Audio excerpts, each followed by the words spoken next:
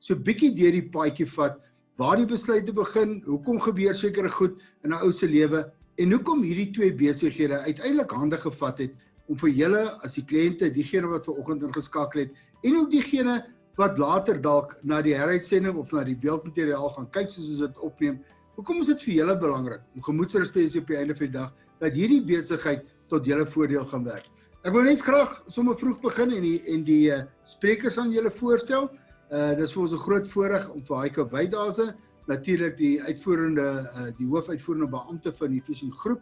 Hy gaan so 'n bietjie vir julle agtergrond gee oor die besigheid, waar Efficient vandaan kom en hoe ons lyk op hierdie stadium. Dan natuurlik die alombekende Dawie Rood, ons hoofekonoom, ook een van die direkteure van die groep. Dit gaan vir my groot voorreg wees om vir Dawie dan voor te stel, dat hy so 'n bietjie vir ons deur hierdie onstuimige waters net 'n blik vat.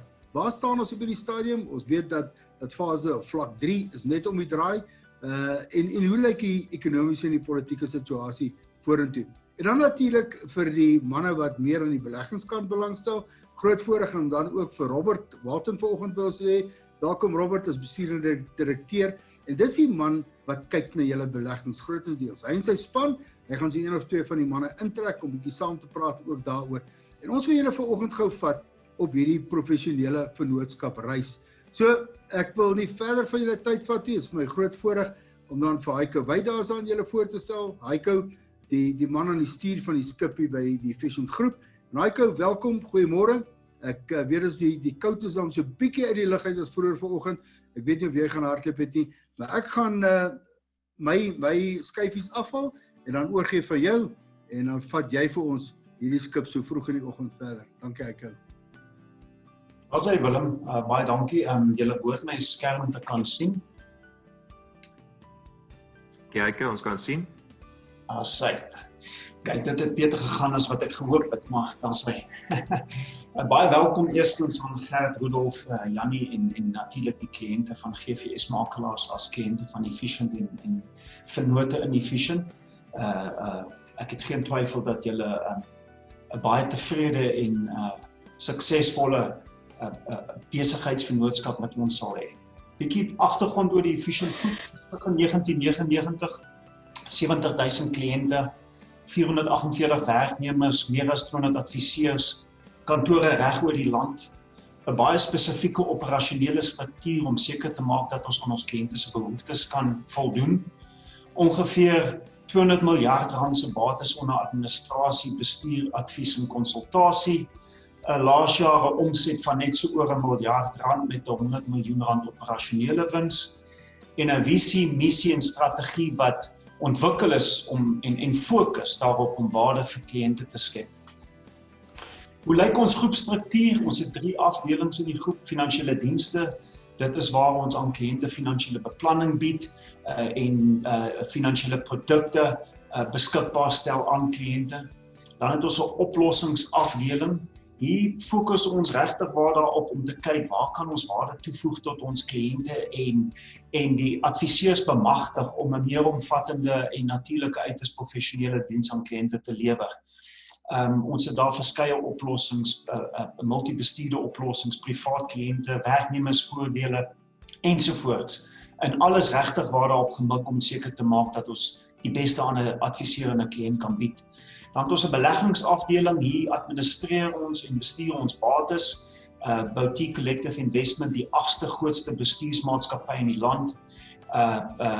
En dan ons multibestuur besigheid, Boutique Investment Partners, die 2de grootste retail multibestuur maatskappy in die land. So regtig waar groot besighede. Ons besigheid gaan regtig oor mense. En natuurlik is dit vir ons belangrik professionele dienste kan lewer. So groot fokus in die groep op die ontwikkeling van mense.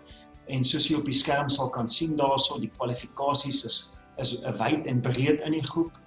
Doktorsgrade, MBA's ensovoorts en alles regtig waar daarop gebou om 'n span aan mekaar te sit wat omvattende en professionele diens aan kliënte kan lewer.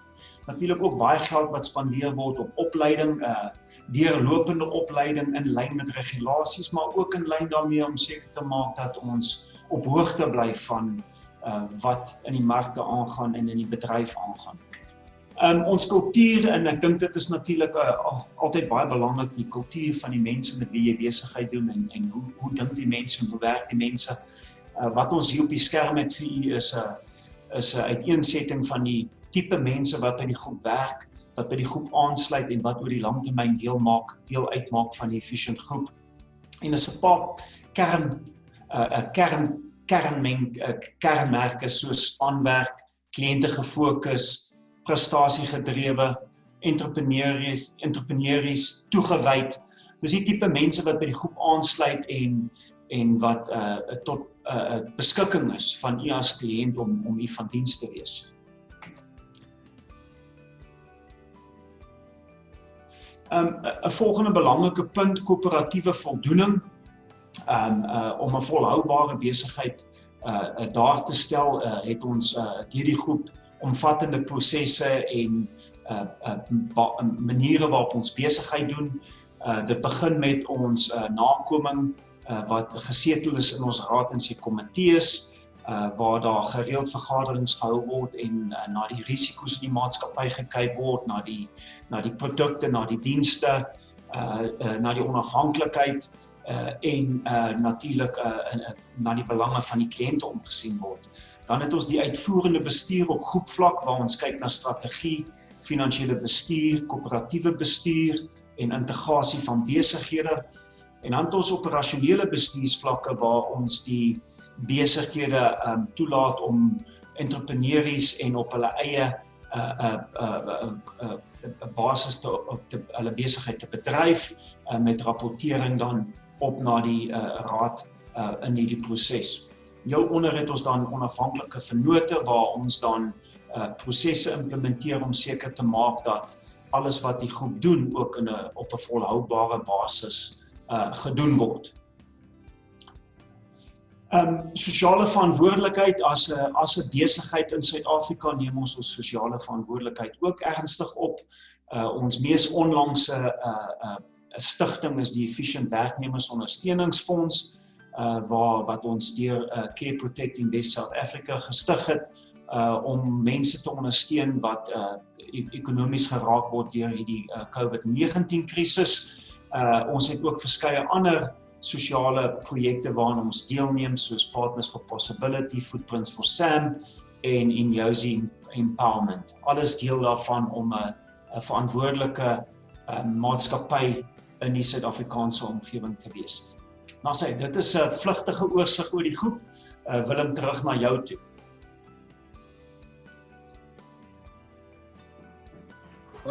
Baie dankie Heiko, en ek dink wat ou hierso probeer poog het, dames en here, is net om te sê, kom ons vat net 'n paar interessante goed saam, en ek dink Heiko het dit baie goed gedoen. En die interessante ding is, my en Gert se vennootskap of se verhouding het al 28 jaar terug begin, en seker net so lank was Rudolf daar, natuurlik 'n totale ander rol wat hy nou speel binne die besigheid. Maar na 28 jaar maak hy seker besluite om hande te vat met 'n maatskappy.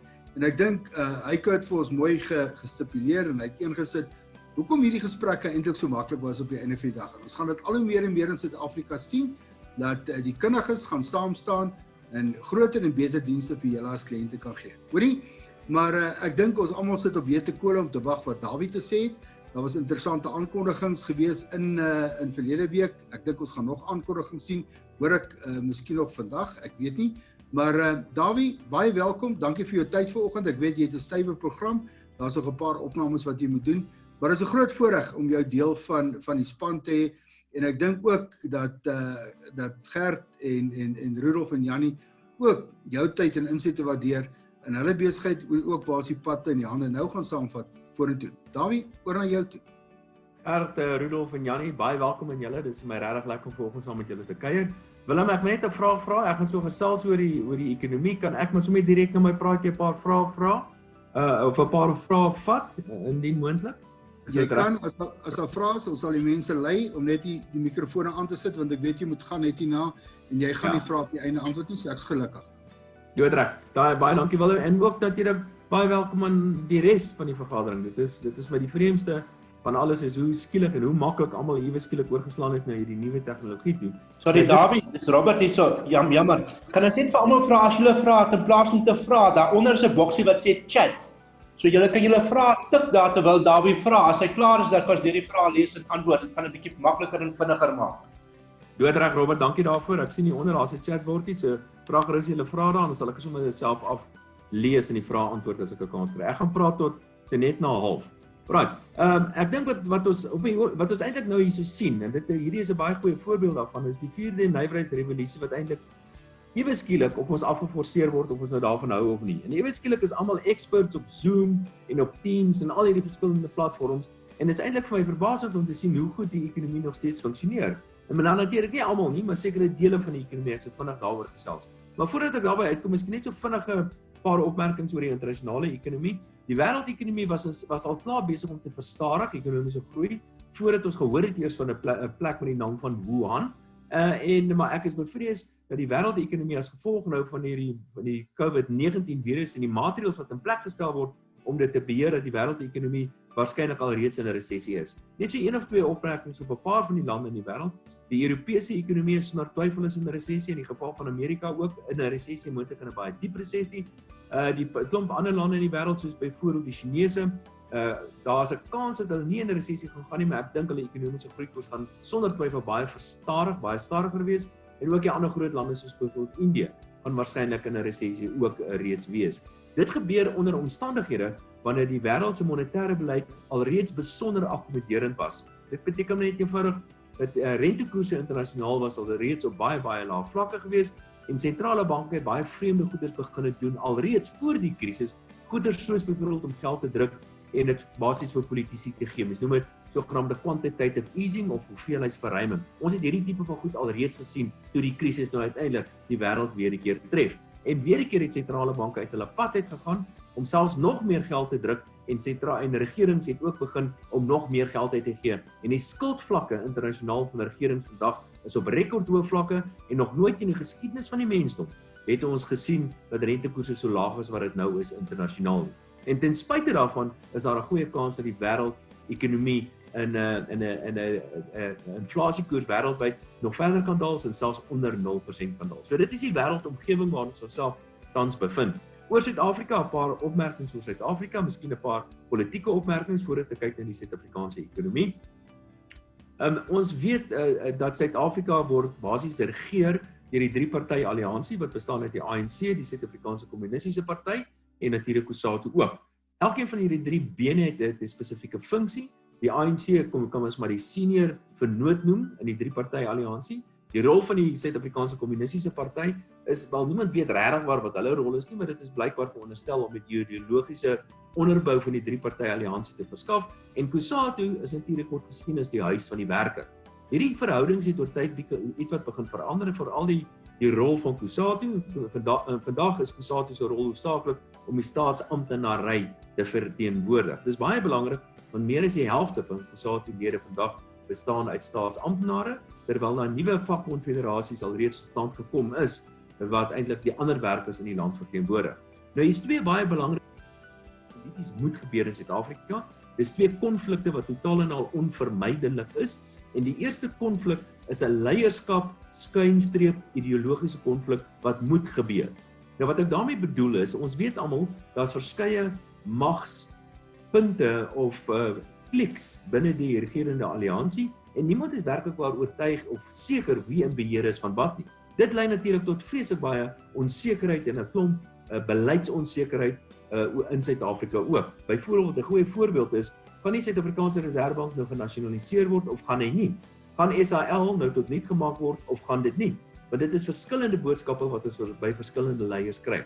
Maar van hierdie magspunte of kliks binne die 3-party alliansie is die volgende. Die president, en sonder twyfel is Pravin Gordhan, saam met die president in een van hierdie magskliks. Die president is nie baie sterk president nie, om verskeie redes. Een daarvan is omdat hy met 'n baie klein marge verkies was by Nasrek, en 'n ander rede het te doen met sy persoonlikheid. Sy persoonlikheid is nie die van 'n leier soos wat baie mense 'n leier baie keer sou sien nie. Sy persoonlikheid is baie keer iemand wat meer konsensus soek, en hy loop meer saam met die trop. En dit is iets wat baie keer 'n groot probleem kan wees, veral onder krisisomstandighede soos wat ons nou het. So ons het 'n president saam met Pravin Gordhan wat een van die magskliks is. 'n ander magsklik is seker die adjunkpresident. Hy was nogal stil gewees die afgelope tyd, en dis nogal iets waaroor ek baie bekommerd is, maar sonder twyfel sit hy in wag vir die geleentheid om uiteindelik self die president in Suid-Afrika te word. Sy leierskapstyl is heeltemal anders en ek moet sê, ek sal nogal baie bekommerd wees as David Mabuza uiteindelik die president in Suid-Afrika is. Die derde magsklik in die drie-partye alliansie, kom ons noem dit nou maar die Magashule magsklik, dit is die sekretaris-generaal van die ANC, of ons kan hulle noem die ex-Zumanites. Daar's baie uitsprake wat vanuit daardie oorde gemaak word, wat heeltemal teenstrydig is met die uitsprake wat deur die president self gemaak word, en soos byvoorbeeld wat ek al reeds genoem het, die nasionalisering van die Reservebank en dies meer. Hulle is die afgelope tyd relatief stil, maar daar's baie ekonomiese ontleeders en politieke ontleeders wat reken dat daardie magsklik besig is om homself behoorlik in te grawe. En dan die vierde magsklik is Tito Mboweni homself, want Tito Mboweni is polities en ekonomies heeltemal op 'n ander bladsy as die res van hulle. Hy het byvoorbeeld gevra dat SAL en van die ander staatsbeheerde instellings geprivatiseer moet word, maar deesdae klink dit vir my of hy homself al meer en meer saam met die magsklik van die president homself ingewerk het. So sonder twyfel is daar verskillende magsklieke binne in die drie-partye alliansie en dit dra by tot die onsekerheid in Suid-Afrika. Ek moet miskien ook net die opmerking maak dat die regering in Suid-Afrika, die Suid-Afrikaanse regering onder leiding van die ANC vir al die afgelope 10 jaar, maar voor dit alreeds het geweldig baie skade aan Suid-Afrika aangerig en daar's baie voorbeelde daarvan. Ek het alreeds verwys na die ekonomiese of die beleidsonsekerheid in Suid-Afrika, maar ander voorbeelde is onder andere dat die staatsbeheerde instellings finansiëel en operasioneel heeltemal in die afgrond in bestuur is die afgelope tyd as gevolg van politieke inmenging hoofsaaklik en natuurlik as gevolg van goeie soos byvoorbeeld die kaderontplooiing. Ek kan ook verwys na die staatse finansies wat veral onder beheer van Pravin Gordhan absoluut in die grond in bestuur is die afgelope tyd en nou is hy die minister van staatsbeheerde instellings. So dit is voorbeelde van die wyse waarop die Suid-Afrikaanse ekonomie in Suid-Afrika oor die algemeen die afgelope tyd ondermyn is deur 'n regering wat ongekende skade aan die ekonomie aangerig. Oor 'n paar dinge oor die Suid-Afrikaanse ekonomie. Die Suid-Afrikaanse ekonomie was alreeds in 'n resessie gewees voor die krisis. Die nuutste krisis, maar waar dit sê ons was eintlik alreeds in 'n krisis gewees. En vir die afgelope 5 jaar het die gemiddelde Suid-Afrikaner elke jaar al armer geword en hierdie sal die 6de jaar wees in 'n ry dat die gemiddelde Suid-Afrikaner al armer word. Wat my betref, was ons alreeds eintlik in 'n langdurige resessie van 'n hele klomp jare alreeds in Suid-Afrika indien jy daardie definisie van 'n resessie sou volg. So ons was al klaar in die moeilikheid gewees. Voor die resessie was die staat se finansies alreeds heeltemal op onhandhaafbare vlakke gewees. Die staat se skuldvlakke was op rekordhoë vlakke en het teen 'n verskriklike vinnige tempo alreeds toegeneem. En soos ek genoem het, die ekonomie het alreeds ingekrimp voor die resessie. Nou, hulle het 'n paar maatreëls in plek gestel, maar voordat ek daarna verwys, wil ek net 'n baie belangrike opmerking maak en dit het te doen met die vraag of wat kom eerste, mense se lewens of die ekonomie. En ek dink dit is die verkeerde vraag om te vra, want dit is eintlik dieselfde kant, of die twee verskillende kante van dieselfde muntstuk. As jy praat van die ekonomie of jy praat van mense se lewens, dan is dit presies dieselfde ding. En ek wil die opmerking maak dat armoede die grootste rede vir dood is internasionaal. Daar's nie 'n groter killer internasionaal as armoede nie. Rykdom korreleer met alles wat goed is. Rykdom korreleer met goeie onderwys, goeie gesondheidsdienste, met lang lewensverwagting, goeie infrastruktuur, alles wat goed is, gaan gepaard met rykdom. Terwyl armoede gaan gepaard met alles wat sleg is. Goeie soos toename in misdaad, korrupsie, swak infrastruktuur, swak onderwys, alles staan verband met armoede. En armoede is die grootste rede vir dood internasionaal. Ek het 'n berekening gedoen. Ons gaan 'n geweldige toename kry in armoede nou in Suid-Afrika. En as gevolg van die toename in armoede, gaan ons oor die volgende 10 jaar, en dit is navorsing wat ek gebaseer het op die inligting wat ons gekry het van Griekeland, en gebaseer op daardie inligting gaan ons waarskynlik addisionele mense, sowat 300,000 mense gaan hulle lewens verloor oor die volgende 10 jaar as gevolg van 'n toename in armoede. So die belangrikste punt wat ek hier wil probeer maak, is dat hoe gouer ons die ekonomie in die groei kry, hoe beter. En ek dink die filosofiese benadering moet nie wees om alles toe te maak behalwe vir A, B en C nie. Die filosofiese benadering moet wees om die hele ekonomie oop te maak behalwe vir A, B en C. En wat ek bedoel met A, B en C is byvoorbeeld, ek verstaan dat 'n aantal mense by mekaar kom op sekere plekke nie. Ek dink dit is belangrik om sogenaamde social distancing te handhaaf. Ek dink dit is belangrik om ouer huise af te sonder en dies meer. So sekere tipe van maatreëls moet in plek gestel word. Ons moet so gou as moontlik die ekonomie aan die groei kry, want die geweldige toename in armoede gaan baie meer mense doodmaak as wat die virus self gaan doen. Hier's 'n paar syfers. Die Suid-Afrikaanse ekonomie volgens vir ons vooruitskattings gaan inkrimp met sowat 10%, so ek verwag 'n ekonomiese inkrimping van sowat 10% of negatiewe ekonomiese groei van sowat 10%.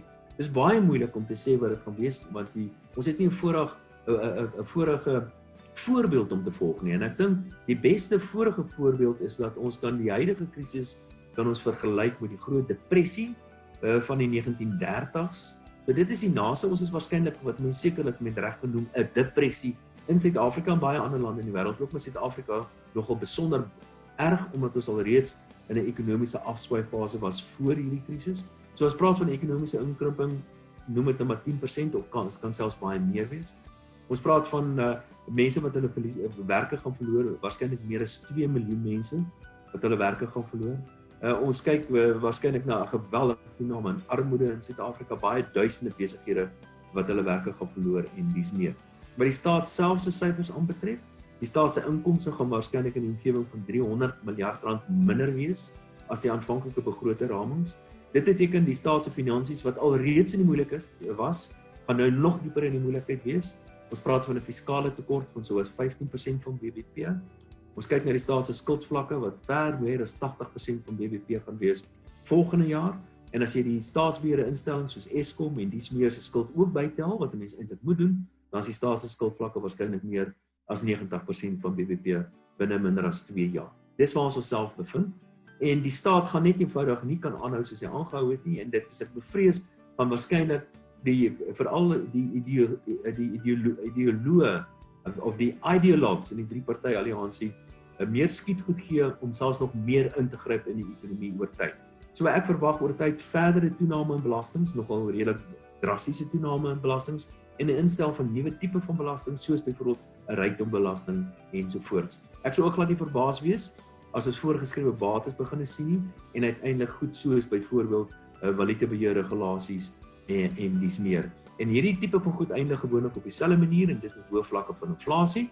En dit is gelukkig 'n ligtepunt in Suid-Afrika is dat die Suid-Afrikaanse Reserwebank 'n goeie job gedoen het tot nou toe en omdat die Reserwebank monetêre beleid redelik stram beheer en bestuur het die afgelope tyd, het die Reserwebank nou ruimte gehad om rentekoerse te verlaag en 'n klompie ander maatreëls in plek te stel om die banke en die finansiële sektor te help wat weer op hulle beurt hulle kliënte kon gehelp het. So gelukkig het ons vir Lesetse Kanyako as die president van die Reserwebank, maar moet geen fout maak nie dat hier kom baie swaarigheid en baie moeilikheid vir Suid-Afrika vir die volgende, nie net die volgende jaar of die volgende jaar of 2, 3 nie, maar waarskynlik vir baie jaar. Wat ook interessant is, onder sulke omstandighede van groot verandering, dit lei gewoonlik tot baie geleenthede. Dit is natuurlik baie pynlik vir enige ekonomie om deur 'n verandering te gaan soos wat ons tans ervaar, maar verandering gaan ook altyd gepaard met 'n klomp geleenthede wat hulle self gaan aanbied. En dis baie geleenthede en van die geleenthede gaan tipies wees in die tersiêre of die tersiêre sektor in die ekonomie, veral in die dienstebedryf. Wat ons nou mee besig is, wat ons nou met mekaar praat, is 'n voorbeeld van daardie tipe van ekonomie. Nog sektore of subsektore wat ek dink op die een of ander manier voordeel gaan kry hieruit, is byvoorbeeld onderwys. Ek dink onderwys is besig om dramaties te verander en daar is sonder twyfel baie besigheidsgeleenthede daar. Ek is ewe skielik 'n graad 1 onderwyser en ek moet vir julle sê dit is die hulpmiddelde daar is ongelooflik. So onderwys is een van daardie goed. En ek dink oor die algemeen die tipe van bedrywe wat 'n mens kan assosieer met die internet en internetverhandeling en dies meer. Dis die tipe van bedrywe wat sonder twyfel die groot wenners gaan wees uit hierdie krisis. Van die groot verloorders is onder andere ook in die dienstebedryf, soos byvoorbeeld haarkappers of motorwerktuigkundiges. En ek dink in die toekoms gaan ons sien dat baie bestedingspatrone van mense gaan ook verander in 'n nuwe wyse. So byvoorbeeld sal ek glad nie verbaas wees dat indien ons in die toekoms sien dat jou haarkapper jou in die toekoms by die huis gaan kom besoek nie en selfs jou motorwerktuigkundige jou by die huis gaan kom besoek nie, anders dan as wat dit was in die verlede. Ook 'n groot verloder sonder enige twyfel sal die kleinhandelbedryf wees. Die kleinhandelbedryf gaan dramaties verander en dit gaan daartoe bydra dat sekere eiendomspryse soos byvoorbeeld kleinhandel pryse soos byvoorbeeld die tipiese shopping malls, hulle pryse onder druk gaan kom en dies meer. Ek dink ook dat sommige pryse soos eiendomspryse gaan daal oor die volgende klompie maande en selfs jare, maar weer gaan daar ook 'n verandering intree en ek sal glad nie verbaas wees as die manier hoe ons bly in die toekoms anders te gaan lyk. Ons gaan moontlik in die toekoms baie meer van die huis af werk, wat nie verrassing is nie. Dit het ons al reeds voor die krisis begin sien, maar ek dink mense gaan ook graag meer luksere by die huis wil hê as hy meer van die huis af werk. Soos byvoorbeeld ryker mense kan miskien 'n gym by die huis wil hê of 'n swembad en dies meer. Natuurlik een van die industrieë wat die heel swaarste gaan kry van die toerisme-industrie wees en ek dink dit gaan baie jare vat voor die toerisme-industrie uiteindelik beter daaraan toe gaan wees. Wat beleggings aanbetref, hou ek altyd daarvan om mense te adviseer om seker te maak die gewone goederes, maak seker dat jy 'n gediversifiseerde portefeulje en maak ook seker dat 'n substansiële gedeelte van die portefeulje in die buiteland belê is. Ek sien my tyd is op, ek wil net 'n laaste opmerking maak oor die wisselkoers van die rand. Ons doen baie werk oor die wisselkoers van die rand en ons het sekere vlakke wat ons gewoonlik sien as vlakke wat ons beskou as die korrekte vlakke om miskien besluite te neem soos om geld die land uit te neem en op die oomblik kyk ons na ongeveer R17 teenoor die Amerikaanse dollar. Die rand kan verstewig en wanneer ons by R17 kom, sal ons weer 'n keer daardie posisie heroorweeg. Maar ek en my span, die ekonomiese span by Efficient, is altyd daarso vir ons kliënte, indien hulle enige navrae het oor ekonomiese navrae of julle wil hê ek moet julle help met aanbiedings, met julle kliënte te gesels of by geleenthede te gaan praat oor die ekonomie, is ek altyd meer as bereid om dit te doen. En dit is deel van die voordeel wat hulle het om deel te wees van die groter familie van die Efficient Groep. Nou as daar enige iemand is wat enige vrae het, sit asseblief, ek het my vraelysie by my oop, so as daar enige vrae is, tik gerus enige vrae daarin en dan sal ek dit so goed as moontlik probeer antwoord. Daar het miskien nog 'n minuut of 2 dink ek Willem om van die vrae te antwoord, maar ek sien nie geen vrae op hierdie stadium nog nie. Of as iemand miskien sy mikrofoon dan kan jy sommer 'n vraag kry vir my vra, dan kan ek kyk of ek dit kan antwoord. Ja, nog terwyl daar nog nie 'n vraag op is nie, miskien net van my kant af Dawie, dis Willem wat praat. Net so vinnig oor miskien rentekoerse en dan ook oor die rand. Jy het hom nie aangespreek nie en dan net so algemeen waar sien ons gaan inflasie ook heen? Net daai 3 punte. Kortlik. Dis baie goeie vrae Willem, baie dankie daarvoor. Wel natuurlik soos ons weet, die ekonomie gaan deur 'n baie moeilike tyd. Ons het ook gesien onder andere dat die oliepryse die afgelope tyd baie skerp gedaal. Nou as die ekonomie deur 'n moeilike tyd gaan, dan beteken dit vraag van die ekonomie is ook baie swakker as gewoonlik en ek dink die mense gaan selfs as ons die ekonomie oopmaak, ewe skielik begin om karre te koop en televisies en goede te koop nie. So vraag gaan onder baie druk wees in die ekonomie en sekere pryse soos die petrolprys het alreeds skerp gedaal. So ek vermoed dat die inflasiekoers oor die volgende klompie maande veral, sien maar vir die volgende jaar, baie laag kan daal en dit kan sommer baie laag daal. Ek sal glad nie verbaas wees as ons inflasie sien afgaan na 2% toe of selfs laag. En dit skep natuurlik die geleentheid en dit het al reeds die geleentheid geskep vir die Reserwebank om rentekoerse te verlaag. Ek dink nie hulle gaan rentekoerse veel meer verlaag nie. Daar kan miskien nog so 25 basispunt verlaging wees, maar ek dink die meeste van die rentekoersverlagings is al reeds deur die Reserwebank aangekondig. So nie veel meer rentekoersverlagings nie. Rentekoerse gaan waarskynlik laag bly vir sê net maar 'n jaar of 2.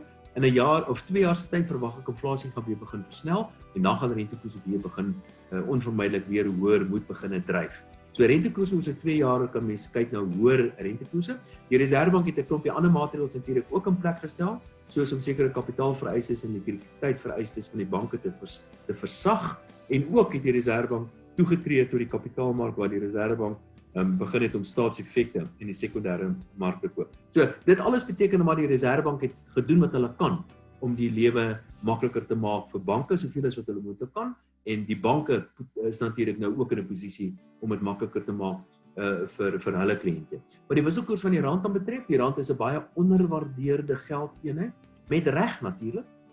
Ek sal glad nie verbaas wees as die rand skerp kan verstewig nie. Daar's 'n klompie redes daarvoor. Een daarvan het te doen dat ons kapitaalmark opbrengskoers nog steeds baie aantreklik is. Die rand self is baie swak.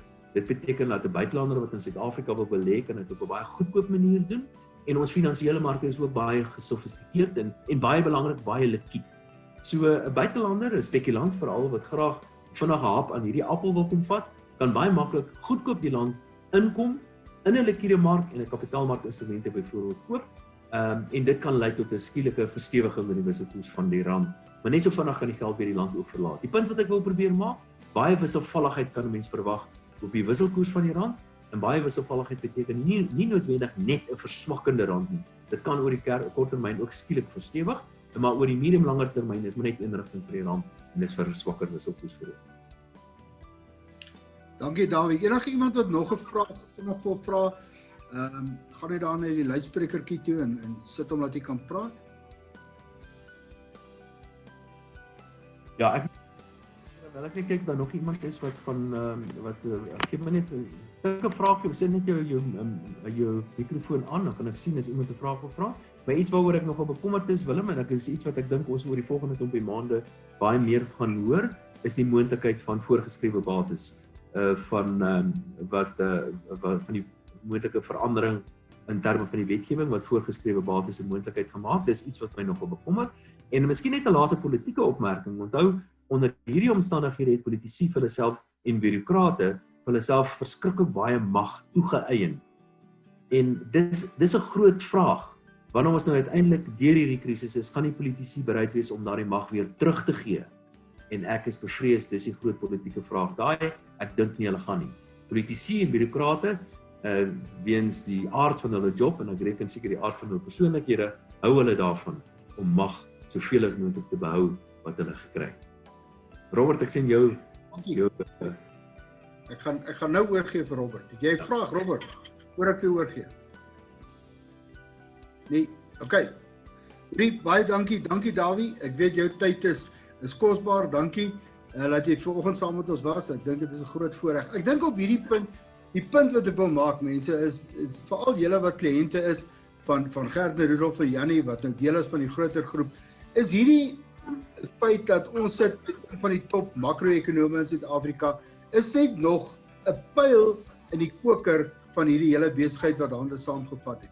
En diegene van julle wat besighede het en wat kliënte is van GVS, wat nou Efficient Wealth is, as julle besighede het en julle kliënte en julle dit nodig dat Dawie dalk met jou besigheid en jou kliënte kom praat, vat hande saam met Gert en saam met Rudolf en saam met Junie, sit die uitnodiging op die tafel en ek dink ons doen dit graag.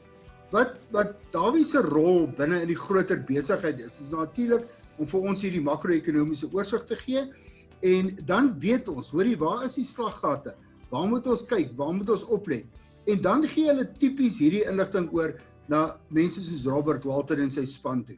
En as jy die makro-ekonomiese agtergrond het en jy weet wat gaan aan en waarom na die slaggate kyk, dan bou Robert en sy span die beleggingsoplossings vir julle.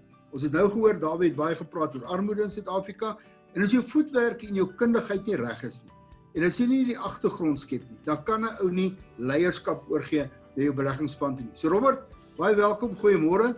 Dankie dat jy by ons aangesluit het ook vandag, en ek dink waar ons nou bietjie meer spesifiek gaan fokus op wat doen julle met die mense se geld daar buitekant. Ek weet daar is letterlik miljarde rande onder julle bestuur.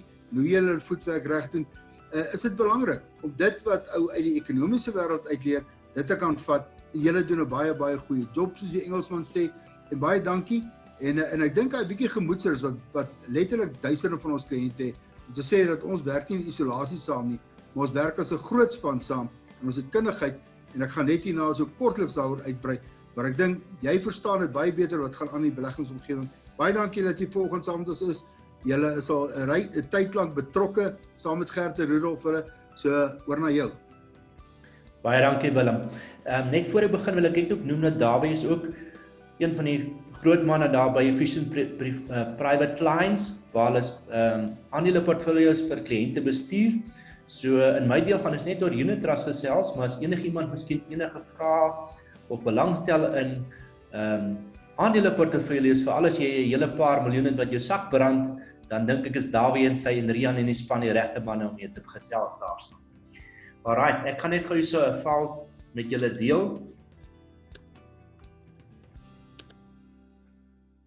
En ek het gou die skerm opskuif. Okay. Kan julle hom almal sien? Ja, hy is daar, dankie Robert. Great. So as ek nou begin, ek net 'n bietjie sê waar's inpas. So eerstens as julle op julle beleggingsstate kyk, dan gaan julle altyd sien, julle het gewoonlik, meeste van julle het glyseerstate. Glyseer is 'n lisp, die grootste lisp in die land saam, en een van ons en van Gertler se sakevennote. So hierso net so lekker deur mekaar prentjie, maar vertel my waar is inpas. So hierso is GVS in die middel, wat die advies en met die gee vir die kliënte en die kliënte se portefeuilles verantwoordelik is. Dan is daar ons hier in die linker onderkant, waar ons die investment konsultasie verskaf, en regs is Glyseer wat jou die administrasie van die kliënte hanteer, en dis waar jy jou maandelikse state op sien, en op die Glyseer state gaan jy sien dat jy op in die Sky Blue portfolios investors. My aanbieding, ek praat Afrikaans, daar enigiemand wat wil hê ek moet oorslaan Engels toe, die aanbieding is in Afrikaans, maar die slides is in Engels, maar ek sal enige tyd in Engels praat. Of probeer praat, ek kom af van Springbokse wêreld af, so ek sal hom sy elke tweede woord kan vertaal. So as ons kyk na die Sky Blue portfolio, dis die eerste ding voordat wil ek net sê, waar kom ons nou vandaan? Julle het al die jare gesien Sky Blue portfolios, en nou skielik is daar 'n ander span wat die fondse bestuur. So die span se naam is Boutique Investment Partners of BIP, en soos julle weet, is ons deel van die Efficient groep wat vir Gertler besigheid mee doen, en die Efficient groep het ook vir Sky Blue sedert die 1 Maart oorgeneem. En met die oorname van Sky Blue het ons hulle portfolio bestuur oorgeneem. So Boutique Investment Partners is 'n onafhanklike FSCA goedgekeurde investment consultant en multi-bestuurder. Ons het 10 staff members, is nie baie nie, maar hulle is almal beleggingsspesialiste. Ons span werk al baie jare saam, party van ons werk al saam vir 10-20 jaar. Ons het so plus minus 43 biljoen rand onder konsultasie en bestuur oor 50 kliënte. 'n Kliënt van ons is iemand soos 'n Sky Blue, dis 'n portfolio naam. So dit is ons gemiddelde kliënt se grootte is so 500 miljoen rand met 2 biljoen rand.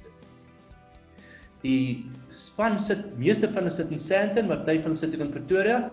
En ek is soos die Japanees eendag gesê het, my kantoortjie is baie klein, dis my skoene, waar een van my skoene gaan is my kantoor. En dan is ons deel van die Efficient groep, en die Efficient groep is omtrent 200 biljoen rand se bates onder bestuur, advies en administrasie. Soos ek genoem het, van die begin van Maart af het ons die bestuur van die Sky Blue se fondse oorgeneem. Die span wat ons aan mekaar gesit het om die fondse te bestuur, is myself, en daar's nou so 'n klomp nonsens onder my naam, maar soos hulle sê, al dra pa op 'n goue ring, bly 'n dom ding, so ek is maar net daar met almal te gesels en seker te maak, almal trek in dieselfde rigting. Saam met my is Jean Braak. Ek en Jean kom al baie jare, ons werk al 10 jaar saam, sedert ek met my Momentum saamgewerk het, ek ken nou Jean al langer, en Jean het so 25 jaar se ondervinding.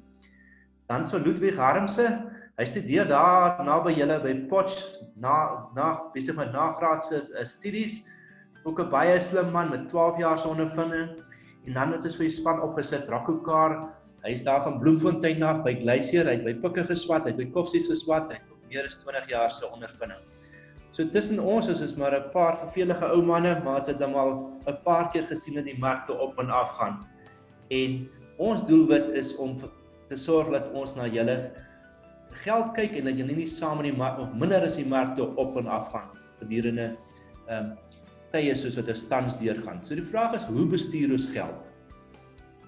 Daar's 2 maniere van hoe om geld te bestuur in die unit trust wêreld, of 2 algemene maniere.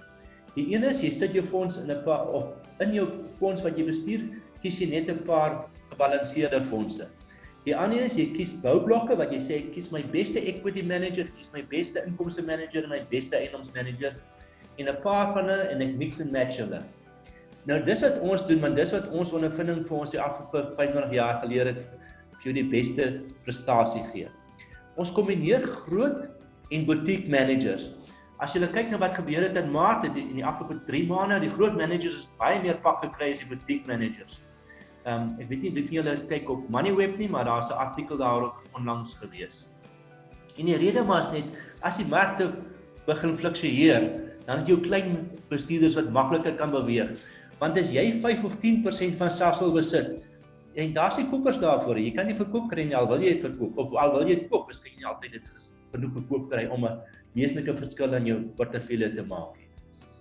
Ons is aktiewe bestuurders. So kies aktiewe onderliggende bestuurders, maar ons sluit ook in waar nodig passiewe trackers as ook smart beta wat hierdie enhanced trackers is.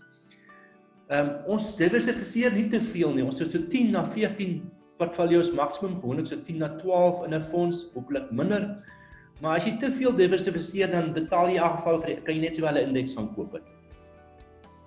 Ons belê in liquide fondse alleenlik. Ons is baie bang vir illiquide bates. So wanneer jy sien, ons gaan nou wys wat ons het, is dis maar redelik boring, maar ons noem dit ons vanilla approach. En as jy boring en vanilla is, voel ons dis die veiliger roete. Ek sê altyd, as ek vir ons kliënte kan kry in 'n posisie waar hulle weet hulle doen beter as hulle buurman, dan behoort hulle hopelik meeste van julle gelukkig te wees. Maar ek wil nie julle moet nommer 1 wees nie, want as jy nommer 1 is, dan is die kans 100% jy gaan nommer laaste ook wees binnekort, want dit beteken jy vat te veel risiko en dis ongelukkig wat in die verlede gebeur het in hierdie portefeuilles. Ons doen aktiewe bateallokasie, so as ons sien die markte val, dan verkoop ons 'n bietjie en as die markte weer begin optel, koop ons bietjie. Mense kan nie altyd reg wees nie. Dis onmoontlik. As ons altyd reg was, het niemand van ons hier gesit het is nou. Wel, ons kon seker nie by die see sit nie, jy mag nie langs die see sit nie.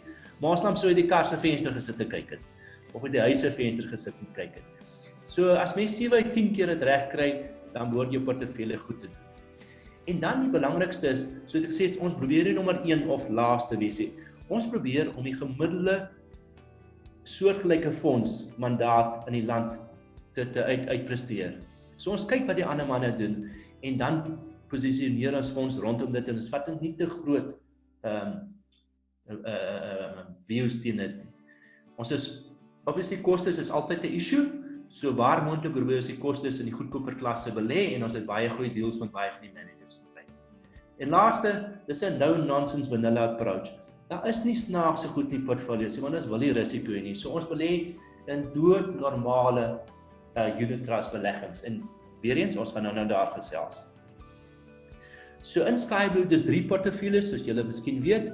Dis die Kimberlite Cautious wat die konservatiewe fonds is, die Cumulus Moderate wat die gewone regulasie 28 pensioenfonds tipe belegging is en dan die Solar Flexible fonds wat 'n globale fonds is wat oor 83% voorsien op hierdie stadium belê.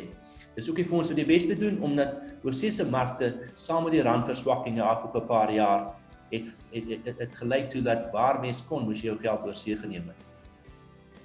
Dis 'n rand, by the way, dis in rand, so jy belê hier die rand en jy kry net jou oorsese prestasie.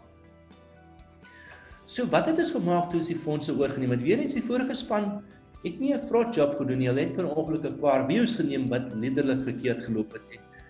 Baie van julle het, of die van julle wat hulle 'n paar jaar in die fonds was, het baie seer gekry. Van ons kant af wil jy vir julle vra en om net geduldig te wees, ons gaan daai prestasie weer regkry en ek gaan bietjie meer detail nou gee. So wat is die goed wat vir ons bekommerd gemaak het toe ons in die portfolios kyk? Die eerste ding was hulle eiendoms blootstelling. Dit was tussen 7 en 8% in die 2 fondse gewees. Toe ons oorgeneem het en ongelukkig soos julle weet, het eiendom omtrent tussen 40 en 50% van ou gelyste eiendom tussen 40 en 50% van hulle waarde verloor die afgelope jaar. So as jy 7 en 8% in 'n fonds het, beteken jy 7 en 8% die afgelope jaar ook verloor reeds daarop. En ons het dit verminder na 1 en 2% toe. Ons is nie baie opgewonde oor plaaslike eiendom en niemand wil huur betaal nie. Die klein huurdertjies kan glad nie meer bekostig om huur te betaal nie. Hulle moes hulle winkels toegemaak het. Die kantore is toe. So as jy vandag 'n eiendom besit, veral in die stede, gaan jy knor om enige geld uit jou huurders te kry of om nuwe huurders te kry om jou gebou vol te hou op alle tye. So wat ons gaan sien is dat huur gaan verminder word. Ouens gaan goeie deals hê en dan ongelukkig hier in plekke kom so Sandton, is mense nou besig om kantore te bou soos asof môre die grootste property boom ooit gaan wees wat absoluut nonsens is. So as heeltemal oversupply, so jy kan met enigiemand by die stadium baie goedkoop huur negotiate. Die probleem net is dat vandag werk, soos ek sê, baie van ons werk van die huis af, so in die toekoms gaan jy miskien nie meer so baie kantoorspasie nodig hê nie. Dis hoekom ons net so 1 of 2% in die fonds daarin wil hê, maar niks meer nie. Dan nou in die cautious fund, die Kimberlite fund, was die aandele exposures bietjie te hoog na ons mening wees, ons het dit verminder. Gelukkig het ons begin verminder voor die mark crash, so ons het, julle gaan nou sien, ons het dan 'n bietjie voordeel daai gekry. Dan het die fonds tussen 6 en 34% in oorseese rentedraende instrumente gehad, deur onderliggende fondse. Nou soos julle weet, oorsee, op die oomblik, verdien jy omtrent 0% rente, inteendeel in baie lande moet jy die bank betaal om jou kontante hou. So dit maak nie op hierdie stadium vir ons sin nie. En dan het ons die oorseese aandele dus weer verhoog in die moderate fonds van 19 na 28%, dus tans 24%. En maar net omdat in Suid-Afrika, jy het gehoor wat Dawie gesê het, is ons maar redelik pessimisties dat ons 'n groot boom binnekort gaan sien. Emerging markets behoort te verbeter, maar daar is baie beter kopies op hierdie oomblik in die Suidoos-Asië en in China. En laastens, soos ek genoem het, ons bestuur die fonds se bateallokasie tussen aandele, eiendom en rentedraende instrumente in plaaslik en oorsee op 'n redelike aktiewe basis.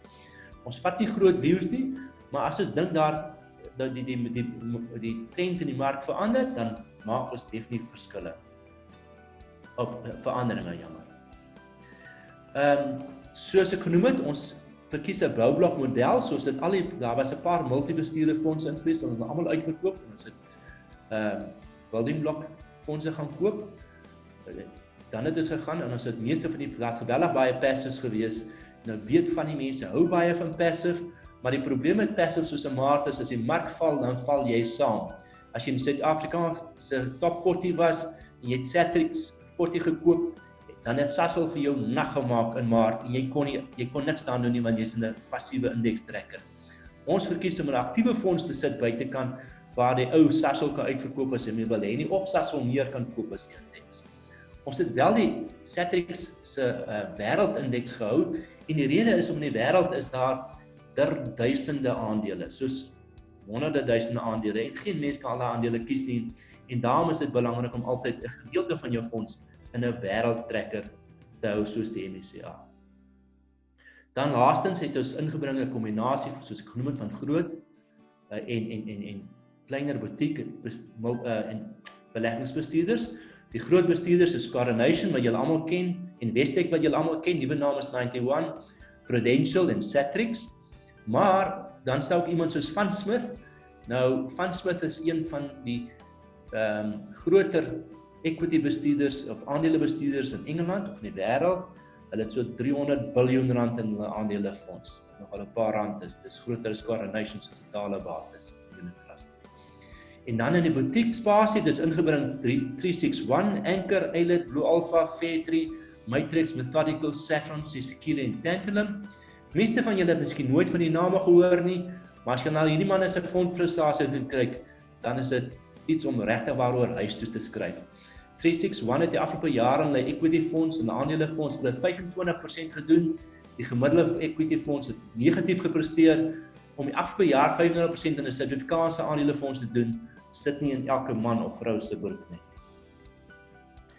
As ons kyk na die fondse, nou hier's die hartseer storie en al die prentjies lyk dieselfde, min of meer behalwe die solar. Kom ons begin met die Kimberlite Cautious Fonds. Hier is die 1 maand, sedert 1 Maart, jaar tot datum, 6 maande, 1 jaar, 2 jaar, 3 jaar en 5 jaar prestasie. As ons hierna kyk, dan oor 5 jaar is ons 13% agter die gemiddelde fonds. Die gemiddelde fonds is hierdie oranje-bruin kleur en ons is die bloue. Oor 3 jaar is ons 13% agter. Oor 2 jaar is ons 11% agter. Oor 1 jaar is ons min of meer 6% agter. Die goeie nuus is, oor 6 maande is ons min of meer dieselfde. Jaar tot datum is ons 0.3% voor.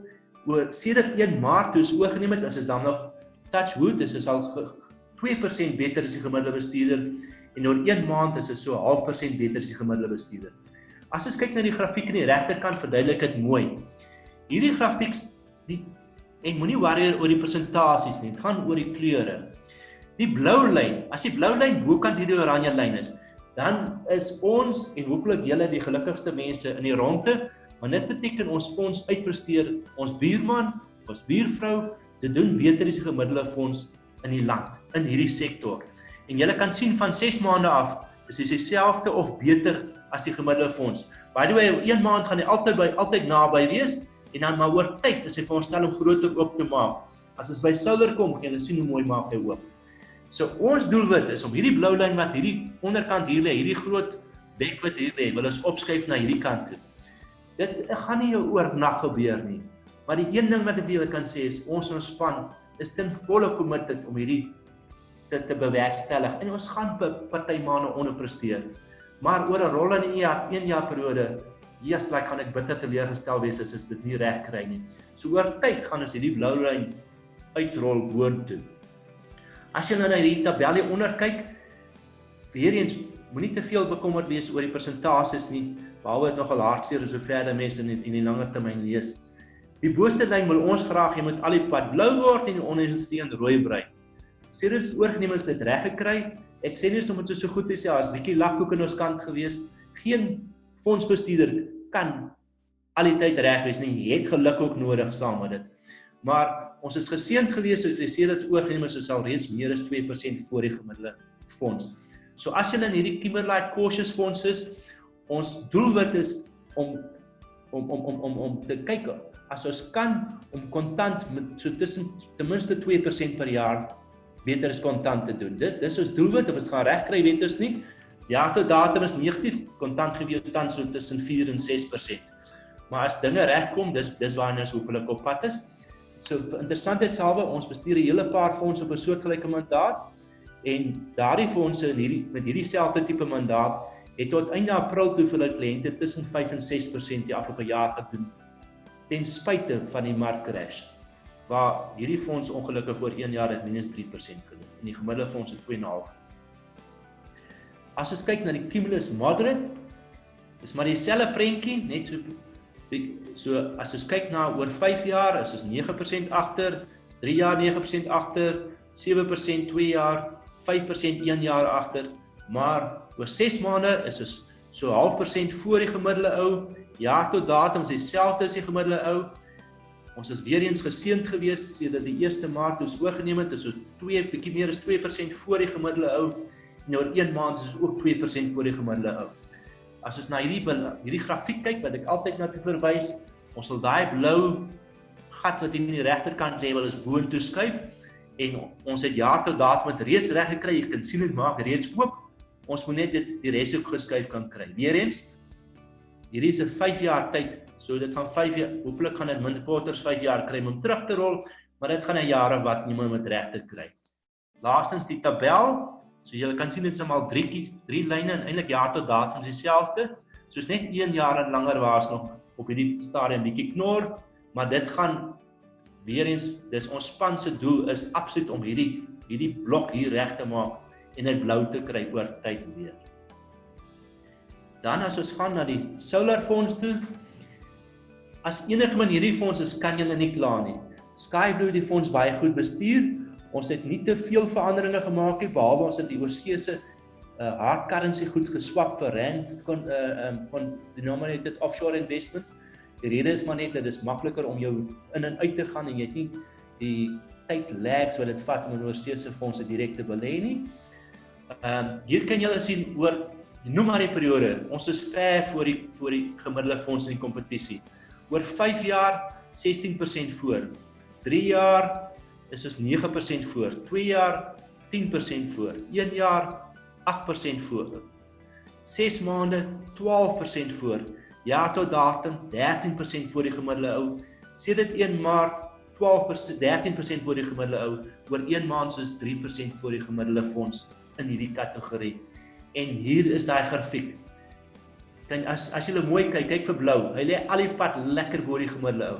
En dis wat is vir julle wil gee. As ons oor 'n jaar of 2 of 3 voor julle sit, elke keer wil ons sien dat die ander 2 fondse al hoe meer na hierdie beweeg. Oor 3 jaar wil ons graag julle het al julle fondse soos hierdie blou lyn bokant die gemiddelde ou lê. Dan, soos ek sê, gaan ons die gelukkigste mense in die rond. Ons sal graag by Gertel daar wil gaan koffie drink, want dit gaan 'n plesier wees. As ons kyk na die tabel, julle kan sien al die pad blou blou is een van my spels, my gunsteling kleur. So dis ek hom blou gemaak het en regtig waar ons dis ons doelwit. Ons gebruik hierdie fondse as 'n onderliggende blou blok in die ander twee fondse. So hierdie blou gaan jy sien druk die ander fondse se prestasie ook boontoe. Net voor ek by die laaste slide kom, wil ek net sê ons het ons jongste total expense ratio, so dis die totale kostes in die portfolios gedoen. Alhoewel ons minder passiewe investments het, so ons verwag dat die kostes klein bietjie hoër kan wees, as die kostes op hierdie stadium plus minus dieselfde is voorheen. Ek sê altyd, goedkoop is duurkoop. As ek vandag na jou toe kom en ek gee vir jou, wat sê die Chinese karretjies, Geely dink ek is hulle name, en ek gee vir jou keuse, ek sê vir jou man, hier staan 'n Mercedes en jy kan koop vir R100,000, of hier staan 'n Geely en hy is verniet. Ek dink, ek sal eerder R100,000 vir daai Mercedes betaal, al kos Mercedes bietjie meer as R100,000 vandag. Wat seker my ou Mercedes, maar ek sal eerder 'n ou Mercedes vir R100,000 vat, want ek weet hy gaan my nog 'n hele paar 100,000 kilometer loop sonder probleme. Met die Geelytjie weet ek of hy vir kreers daar op die ander kant daai randjie gaan haal nie. So, moenie altyd teen koste vaskyk nie. Wat vir my gaan oor, kyk na die prestasie, want die prestasie is na kostes. As jou prestasie na kostes 50% is, betaal ek met liefde daai fondsbestuurder 'n 10% fooi, teenoor iets wat ek verniet kry, en ek kry maar net 'n 5% beleggingsopbrengs. So dis iets om in gedagte hou. So om op te som, ons het 'n span wat al jare saamwerk. Ons is al deur 'n hele paar dips. Ek self is al deur 1997-98 se resources dips, ek deur die IT dip van die jaar 2000. Ek is deur die SARS, daai vorige voëlgriep dips, ek is deur 2008 se dip, die span saam met dieselfde. Ons gaan dit nie altyd reg kry nie, maar ons gaan ons bes probeer en ons gaan nie te veel risiko vat nie. So ons vat so bietjie op 'n slag probeer as die kompetisie wen. Dan is ek so sê, die laaste wat ek miskien net wil sê is, dit gaan vir ons was baie gelukkig om van die verliese te recovery afgelope 3 maande, maar ons is saam met julle in hierdie ding vir die langtermyn. En vir die langtermyn wil ons vir julle 'n goeie opbrengs kry. So asseblief, ons vra wees geduldig met ons. Ons is jammer oor wat voorheen, en ons verstaan dat baie van julle baie ongelukkig kan wees oor wat gebeur in die verlede met die prestasie. Ons kan nie oornag wonderwerke gee nie, maar wat ons kan doen is, ons kan 'n verskil maak. Ons waardeer julle ondersteuning. As julle enige vrae het, kontak my of vir Jean of vir Gert of vir Rudolf. Ons sal enige tyd julle oproepe hanteer. Soos ek gesê het, my kantoor is my skoene. Soos my skoene my kar is, dan jaag ek gou deur na julle toe. Ek is so tussen die Kaap en Johannesburg, maar ek sal enige tyd met enigiemand gesels ook. En laastens aan Gert en Rudolf, baie dankie. Ons waardeer ook julle ondersteuning. En as daar enige vrae is, dan moet julle net vir ons sê. Ek net dan en laat weet. Ons sal met enige tyd enige van dit sal ons hanteer vir julle. Dankie Robert. Dis my storie. Ek weet nie of enigiemand enige vrae het nie. As julle vra het, moet julle mic unmute. So jy klik net daar so as jou naam sien, klik jy net bo regs en sê unmute en dan kan jy jou vraag vra. Ek dink as ons 'n vraag het, Robert gaan ons hom vir jou stuur en dan kan jy hom antwoord. Ek dink ons hartjie vir die tyd nie. Ek wil gou die tyd vasmaak. Luister, ek wil gou afsluit. Ek het 2 goedjies voor ek vir Gert en Rudolf opgee. Kan jy hom sien, die skerm? Ek wil net daar verbykom. Ja, dankie Willem. Okay. So ons is daar. Dankie Robert. Mense, ek dink baie keer sit 'n ou nou en jy het geluister na 'n paar kundiges, jy het geluister na die CEO van die groep, jy het geluister na Dawie, jy het geluister na Robert. Regtig mense met kundigheid. En 'n ou vra jy baie keer self, hoorie, hoekom het Gert en Rudolf en Junie hulle hande gevat met hierdie besigheid en hoekom Efficient Wealth op die einde van die dag? Ek wil dit vinnig opsom net in 3 woorde. En ek dink die eerste ding vir baie kliënte daar buitekant gaan oor gemoedsrus. Dit gaan dood eenvoudig daaroor dat ergens op 'n stadium vat jy hande met 'n groter besigheid. Ou vat hande en jy sê, hoorie, kom ons gaan kyk na 'n paar ander goed in die lewe om te sê, as iets vandag môre met A, B of C binne my besigheid gebeur, wie is die ouens wat in hulle skoene kan staan? Ewe skielik sien 'n ou dat jy kry 'n maatskappy en jy kry 'n besigheid en ek gaan nou praat oor kundigheid, maar met personeel naby aan 500 mense wat saam jou hande kan vat en sê, hoorie, kom ons vat jou besigheid vorentoe. En ek dink dit is baie belangrik, en baie belangrike goed wat Robert ook gesê het vandag, is dat gee mense 'n kans, want daar is nou kundigheid en daar is gemoedsrus. En dit sluit sommer aan, saam met die tweede punt wat ek wil sê. En Gert en Rudolf was nog hulle hele lewe lank saam met Junie, hulle onafhanklike finansiële adviseurs. En wat doen hulle? Hulle vat hande met 'n onafhanklike professionele besigheid en sê, hoorie, ons wil onafhanklik bly. Ons wil nie in 'n kassie gedruk word nie, ons wil saam met julle die pad loop en ons wil die beste advies wat 'n ou moontlik kan kry daar buitekant vir ons doen. En dis hoekom jy as kliënt moet onthou, buite die gemoedsrus is daar nog steeds hierdie onafhanklikheid dat hierdie mense, en ek praat van GVS, nie hande gevat het en toegesluit geword het binne in 'n boksie saam met 'n spesifieke maatskappy nie. En die laaste punt wat ek wil op net klaarmaak, gaan oor die diversifisering van kundigheid. Weet en ek dink julle het 'n klein proetjie gehad vanoggend van die kundigheid wat daar is. Ek lag altyd vir Robert, ek dink hy is die ou springbok met die meeste Engelse woorde, maar ek meen hy het grappenderwys verwys na wat onder sy naam en titel staan. Maar dis kundige mense wat saam met julle en saam met Gert en saam met Rolf en saam met Junie die pad vorentoe wil stop. En buite die kundigheid, kyk 'n ou na 'n een-stop winkel. Weet wat ons nie vanoggend aangeraak het nie, was die fiduciêre sy. Met ander woorde, ons sit met 'n besigheid wat julle kan help met trust, testamente, boedelbereddering. Dit is alles dele wat pyltjies word in die koker van die ou GVS se besigheid. As ons gaan kyk, ons het een afdeling aangeraak vanoggend. As ons gaan kyk na beleggings, Robert het so vinnig verwys na Dawie se besigheid, Efficient Private Clients, wat natuurlik aandeleportefeuilles kan bou, plaaslik en oorsee, en ons sê daar's 'n groot aantrekkingskrag daarvoor. Dan het ons nog nie eens gepraat van die strukture wat ons bou vir diegene wat aftree nie.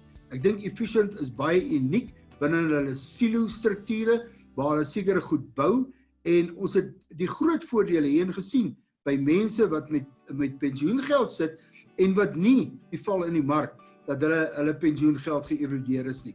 Met ander woorde, unieke strukture wat ons bou binne in ons. As jy 'n besigheid of 'n klein maatskappy het Efficient ook, ek meen, hulle eie werknemersvoordele, spesialiste. So ons kan daarna ook kyk. Verder sit ons met spesialiste op die mediese gebied. Met ander woorde, Efficient Med is 'n besigheid wat kan kyk die hele mediese fondse. Ons sit met Efficient Insure, alhoewel julle 'n groot en positiewe en gekwalifiseerde voet het binne GVS raak in 'n kort termyn. Maar om deel van 'n groter span te wees, kan 'n ou net meer beding op baie kompeterende premies op die einde van die dag. En ek dink dit gaan oor kwaliteit. Op die einde van die dag om te sê, ja, hoekom wil ons 'n vennootskap hê? En 'n vennootskap gaan dood eenvoudig weer daaroor om te sê, en ek dink Robert het baie daaraan gehamer. As jy die beste wil wees, moet jy bereid gewees het om ook deur die slegste van tye te gaan. En dit was interessant, so op die tweede laaste skyfie toe Robert gepraat het oor die tye, die afgelope 25, 30 jaar, wat ons almal in hierdie bedryf was. Daar was moeilike tye gewees. En die bestes het altyd bo uitgekom. En ek dink ons bewys dit jaar op jaar binne in die Efficient groep, dat die span, die kundigheid wat daar is, en die mense, hulle het nie net goeie jare beleef nie, hulle het ook moeilike jare beleef.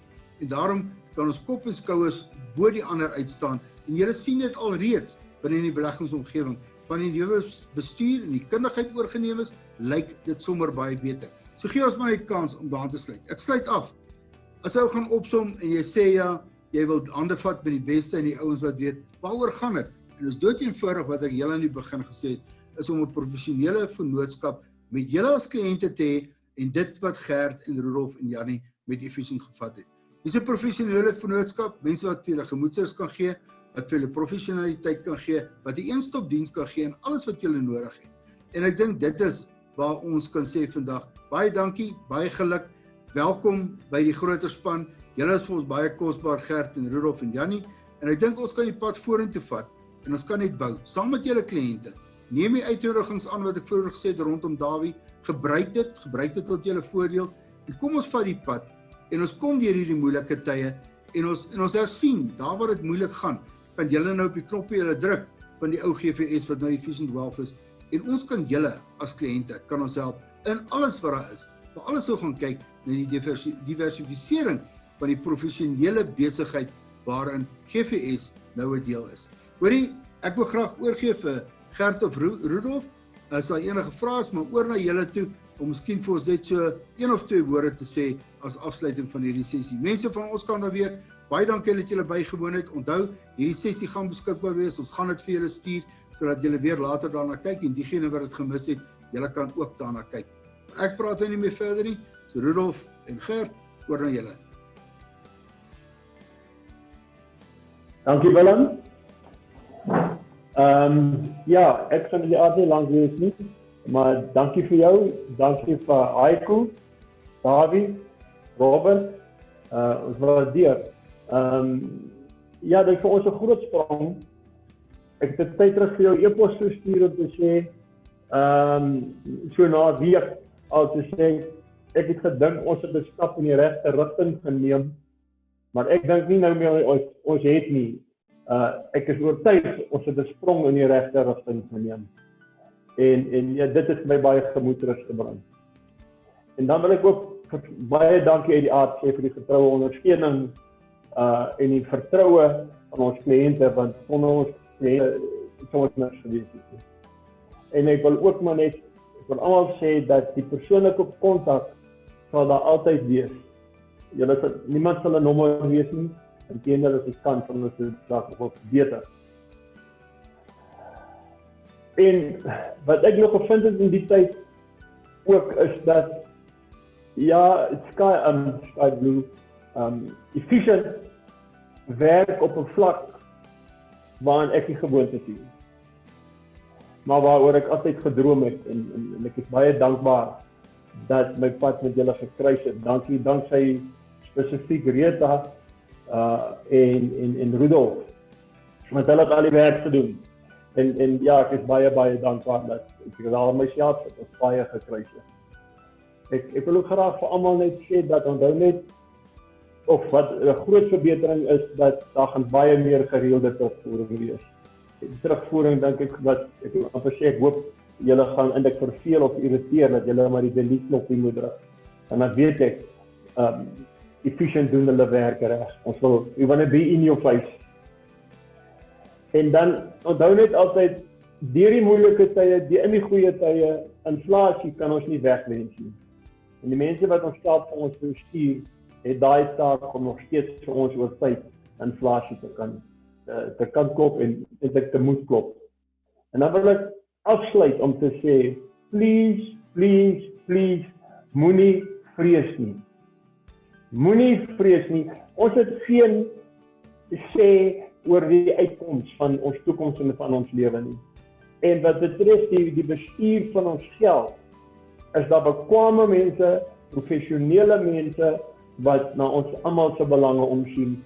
En ek hoop dat dit ook maar net weer duidelik geword. Baie dankie nogmaals vir almal se tyd. Ek waardeer dit. Dit is bietjie ver aan Pretoria as ek ry vir koffie. So graag wil ek 'n bietjie koffietjie gedrink het. Willem, nogmaals dankie vir julle almal. Seën vir die dag.